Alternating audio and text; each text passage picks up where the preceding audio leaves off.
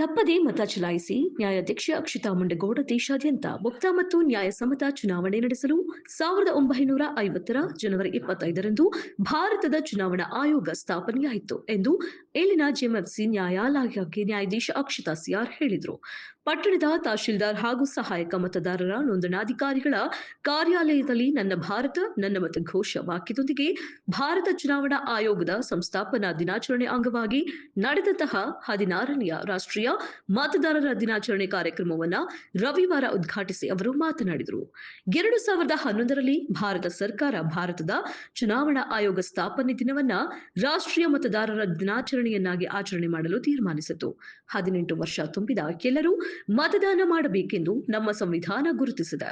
ಅಧ್ಯಕ್ಷತೆ ವಹಿಸಿದ ತಹಶೀಲ್ದಾರ್ ಶಂಕರ್ ಗೌಡಿ ಮಾತನಾಡಿ, ನಮ್ಮ ದೇಶದ ಸಂವಿಧಾನ ಜಗತ್ತಿನ ಶ್ರೇಷ್ಠ ಅತಿ ದೊಡ್ಡ ಸಂವಿಧಾನ.